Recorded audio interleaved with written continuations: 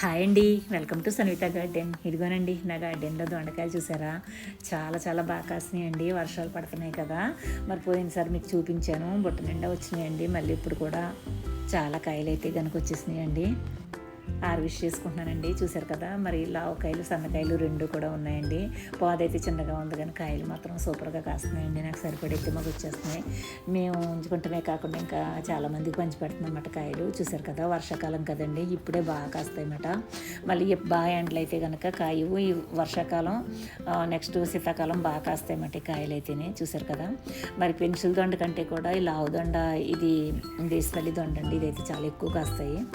మరి ఏ మందులు కొట్టకుండా మనం పెంచుతున్నాం కదా, మరి మన ఇంట్లో ఉండవలసిన మొక్కండి దొండకాయలు అయితేనే. చూసారు కదా, ఇదిగోనండి మరి బాస్కెట్ నిండా అయితే నిండిపోయినాయి. నాకైతేనే 2 కేజీల దాకా వచ్చినాయండి కాయలు. చూసి మీరు కూడా ఆనందించండి. ఉంటానండి, బాయ్ అండి.